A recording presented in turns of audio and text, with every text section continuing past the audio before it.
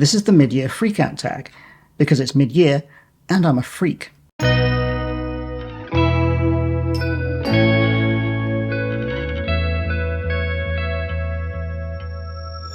This is the mid-year freakout tag.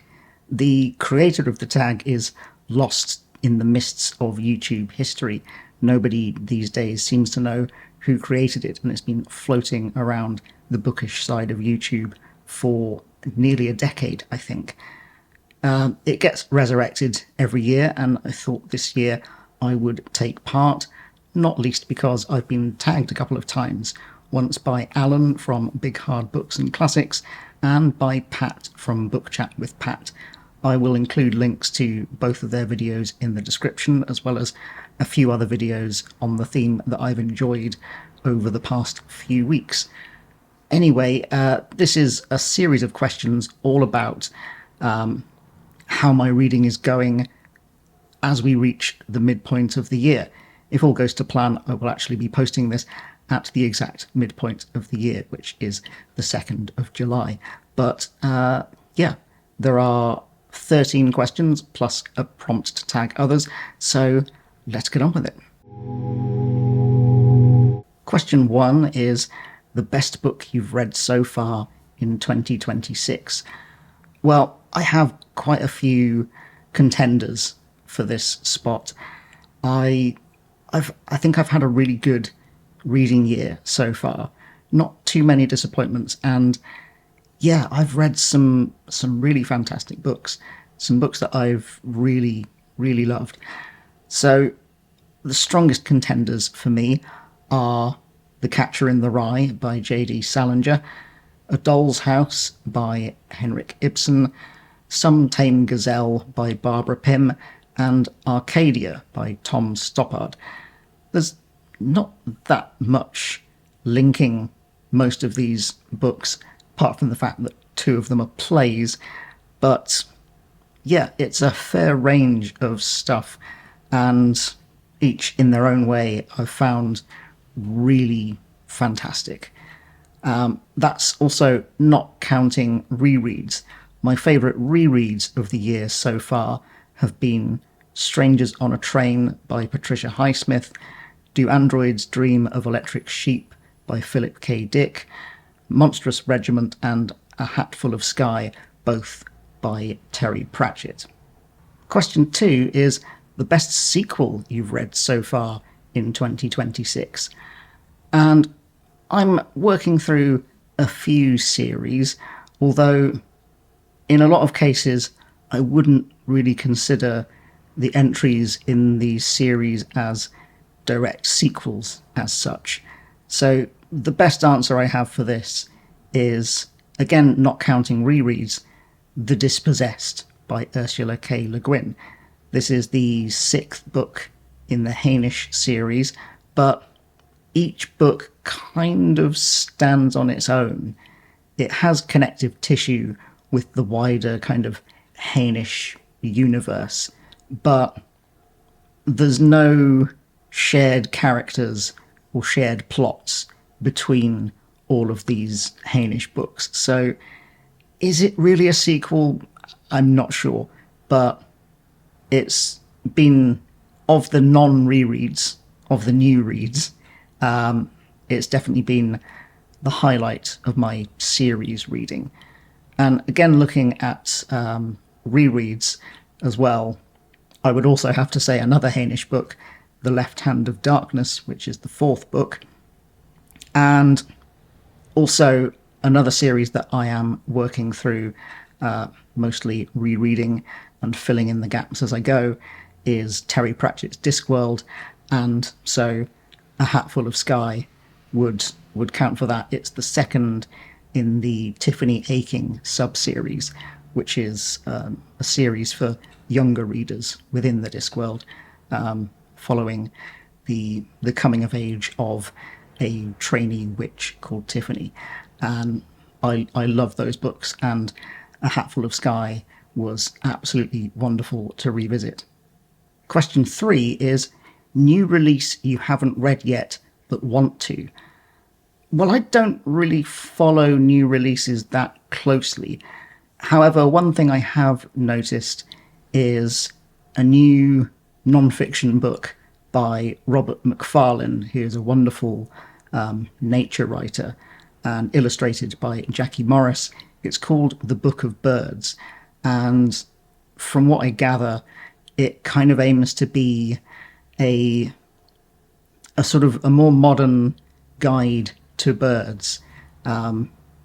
So less dry information and more kind of, I think, almost poetic descriptions of what the particular birds are like, and then beautiful illustrations of them. So, I've been getting into trees recently, and by extension, I have been enjoying watching the birds outside from my window. And yeah, it would be nice to have slightly more idea what birds exactly I'm looking at.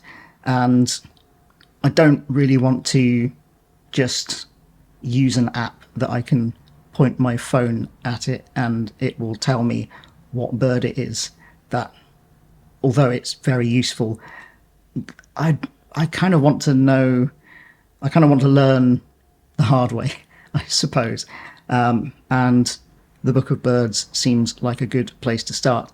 However, it's a fairly chunky hardback book that looks quite heavy, and I hesitate to actually buy it. But yeah, maybe I'll treat myself to that if I feel brave. But yeah, it does look lovely. Question 4 is most anticipated release for the second half of the year. And I don't really have an answer for this. The only book that I'm really eager for is, I think, not due out till next year, and that is the next in Connie Willis's Oxford Time Travel series. Apart from that, I'm not really abreast of current releases, so yeah, don't know.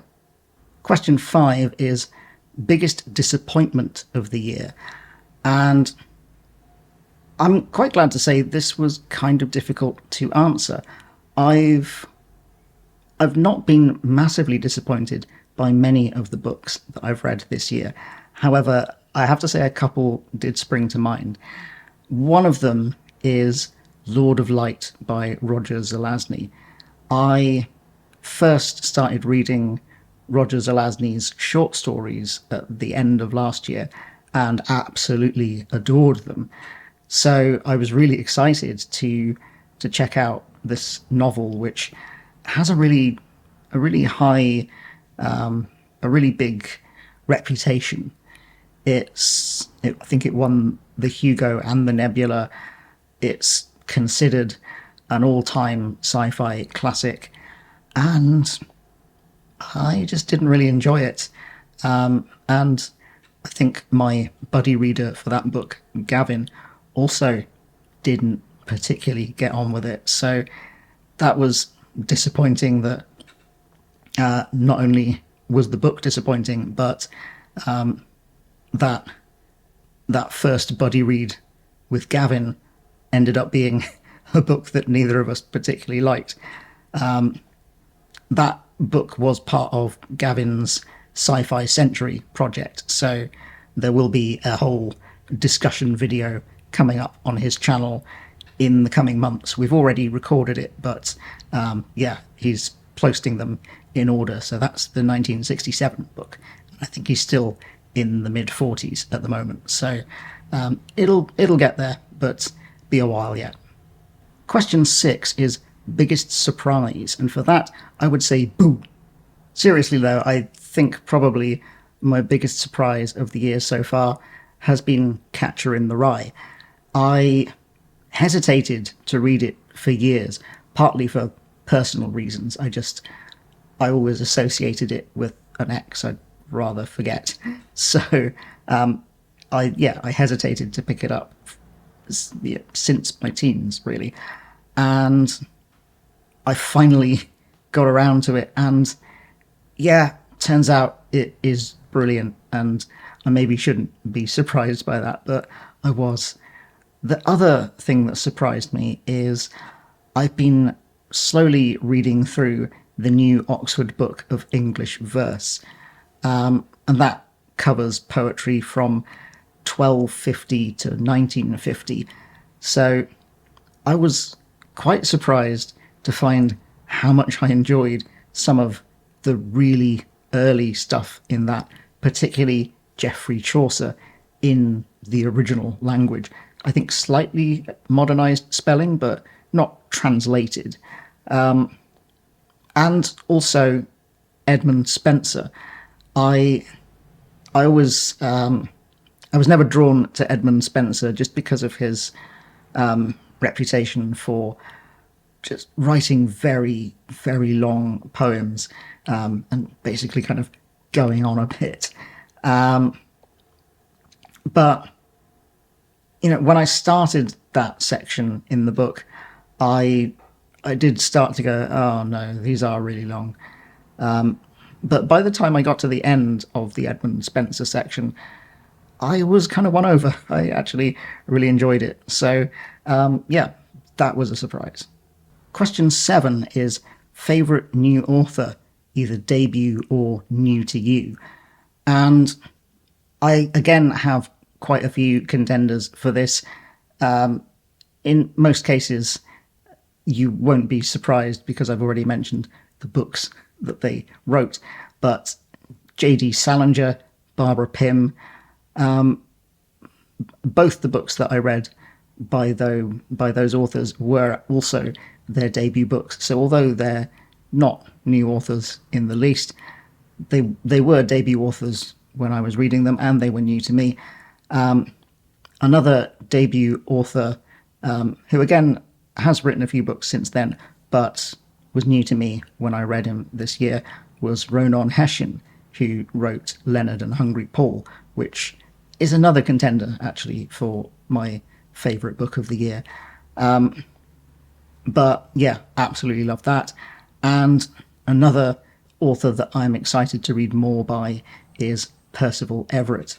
I read The Trees a couple of months ago, and that was absolutely fantastic. And I've heard great things about some of his other books as well. So yeah, I'm excited to check out more Percival Everett. Question 8 is newest fictional crush. Now, I think most of my friends who have done this tag tend to just skip right over this question. And I understand that impulse because I don't really get fictional crushes either, at least not for book characters. Maybe like film and TV characters, but then that's kind of tied in with also fancying the actor. So I think the best I can answer this question would be Shelley from Leonard and Hungry Paul. Not because it was an actual crush, but I would say that Shelley would be my type if she existed. And given that she falls for Leonard, who certainly has some kind of neurodivergent swag, I might be her type as well. So yeah, not really a crush, but the best I can do. Question 9 is newest favourite character. And I'm going to have to go back to another book that I've already mentioned a fair amount and say Holden Caulfield from The Catcher in the Rye. I hasten to add, not necessarily because I found him likeable or wanted to be his friend, but he was such a fascinating and vividly drawn character. He really leaps off the page, and his character, his voice, everything about him really comes alive when you read the book in a way that didn't really happen for most of the characters I read about this year. It's a wonderful, special, and exciting thing when that happens. And yeah, he is truly one of the great fictional characters, certainly of the 20th century, probably all time. Question 10 is a book that made you cry. I have a few options here. For happy tears, I would say Leonard and Hungry Paul. That is a really sweet and charming and warm, lovely book. And there were moments that, although I wasn't blubbing, certainly made me mist up a bit.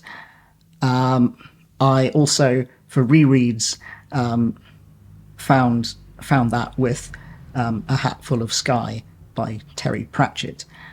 And for a non-fiction book, John and Paul, A Love Story in Songs by Ian Leslie. That's a non-fiction book about the Beatles and the friendship, the deep friendship between John and Paul. And the closing chapters, which cover the death of John and the legacy that he left behind. I read that through tears. The Beatles' music has meant a great deal to me since I was like 9 years old. So that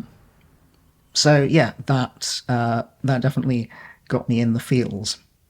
Question 11 is a book that made you happy. And again, I've already said it, I'm going to say Leonard and Hungry Paul. That book made me happy in many ways, not just because it was such a sweet, warm, gentle story of kindness and decency and friendship and acceptance, self-acceptance and acceptance of others. But also I shared the reading experience with my friend Pat from Book Chat with Pat, who recommended the book. It wasn't exactly a buddy read because she wasn't reading it, but she has read it multiple times, so she knows it very well, and I chatted and shared my experience with her while I was reading it, and that also made me very happy. Question 12 is most beautiful book you've bought so far this year, brackets, or received. And for that, I am going to show off something that I haven't actually shown on this channel yet, and that is this beautiful Ursula K. Le Guin box set of the complete Hainish novels and stories. I've actually taken the books out of it so I can lift it up here for you. But this was something that I have been coveting for a while, and earlier in the year I received some money for my birthday from my aunt and uncle, and that's what I decided to use it for. So this has 2 volumes in it, which between them contain the complete Hainish novels and short stories. It's great to have all of these all together because I have most of them in separate paperback editions, at least the novels, but I didn't have the last 2 books, and I think a lot of the short stories are scattered across various different collections. So again, I had a few of them in the Wind's 12 Quarters, but not all of them. So yeah, I'm delighted to have this collection, and yeah, they are really beautiful books. So I'm looking forward to reading my first thing from it in August, which will be 5 Ways to Forgiveness. And finally, question 13 is, what books do you need to read by the end of the year? Well, I don't like to say I need to read anything. However, this year I have started scheduling more of my reading, which I've been surprised to find how rewarding that can be, and also how reassuring it is to kind of know at least some of what I'm reading, whilst also leaving some space for mood reading as well. So the things that I do have scheduled for the second half of the year include the last two books from the Guin Hainish cycle, which I'll be reading in the group project with Gareth from Book Songs and Other Magic and all the other members of the group. So that's The 5 Ways to Forgiveness and The Telling, neither of which I've read before, so really excited to check those out. I also have a couple of buddy reads scheduled. I hope to schedule some more as time goes on, but the ones that I do have scheduled are Cat's Cradle by Kurt Vonnegut, which I'll be reading with Lecton from Reading from the Depths, and Doorways in the Sand by Roger Zelazny, which I'll be reading with Pat from Book Chat with Pat. And I hope that Roger Zelazny book won't be as disappointing as Lords of Light. I'm also aware of there's going to be a group read later in the year of Dubliners by James Joyce. I've never read any James Joyce, and I've been kind of circling it for a while, I think, after reading some Flann O'Brien with Mark from the book thing. So I think that Dubliners is supposed to be probably the best, most accessible place to start with James Joyce, so I hope to take part in that as well if I can. There are also some events coming up that I would like to take part in. There's Shake-Tember, which is all about reading Shakespeare. I have taken part in that every year since I've been on BookTube, so I will do that again, I'm sure. And I'm also pondering doing an event of my own in October, which would be to read a book by Philip K. Dick, so that I can call the event Dicktober. But yeah, I will announce that officially in due time. But yeah, I hope to kind of put together a little group on Voxer and chat with people about a Philip K. Dick book while we read it. And, I guess just encourage people to read any other Philip K. Dick they feel like in October and kind of get in on the fun if you feel like it. But, obviously no pressure to join or anything like that. Just something, I think, a bit fun to do. But yeah, that's all I have planned. I also hope to read some more Terry Pratchett as part of my Discworld read-through, and probably a little bit more Agatha Christie, going through Poirot. Plenty of possibilities, and I'm looking forward to seeing what the second half of the year brings. There is also a prompt to tag others. I am not sure who hasn't already done this, so before I post this video, I will go and check that and tag a few people down below. But as always, there's no pressure to take part if you don't feel like it. Just consider the tag a channel recommendation, really. And also, if I haven't tagged you but you want to take part, then please consider yourself tagged. The bit at the end. So that was the mid-year freakout tag. I'd love to hear in the comments if you have answers to any of the prompts, or if you have any thoughts on any of the books or authors I chatted about, or whatever else is on your mind. I'm always happy to hear from you. Anyway, that's about it from me today. I hope you're having a lovely day, and I will see you when I see you.